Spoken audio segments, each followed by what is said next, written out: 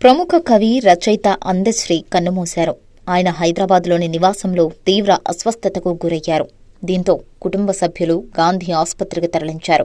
అందశ్రీ అప్పటికే మృతి చెందినట్లు వైద్యులు తెలిపారు.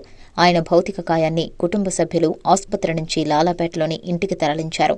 అనంతరం స్థానిక జీహెచ్ఎంసీ ఇండోర్ స్టేడియంలో అభిమానుల సందర్శనార్థం ఉంచారు.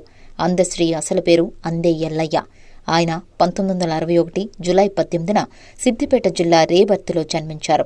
గొర్రెల కాపరిగా జీవన ప్రస్థానం ప్రారంభించారు. భవన నిర్మాణ కార్మికుడిగా పనిచేశారు. పాఠశాల చదువు లేకుండానే కవిగా రాణించారు. తెలంగాణ ఉద్యమంలో కీలక పాత్ర పోషించారు. మాయమైపోతున్నాడమ్మా గీతంతో మంచి పేరు తెచ్చుకున్నారు. కాకతీయ యూనివర్సిటీ నుంచి గౌరవ డాక్టరేట్ అందుకున్నారు. అందశ్రీ రాసిన జయ జయ హే తెలంగాణను రాష్ట్ర ప్రభుత్వం రాష్ట్రగీతంగా గుర్తించిన విషయం తెలిసిందే. ఆయనకు ఇటీవల తెలంగాణ ప్రభుత్వం ₹1 కోటి పురస్కారం అందించింది.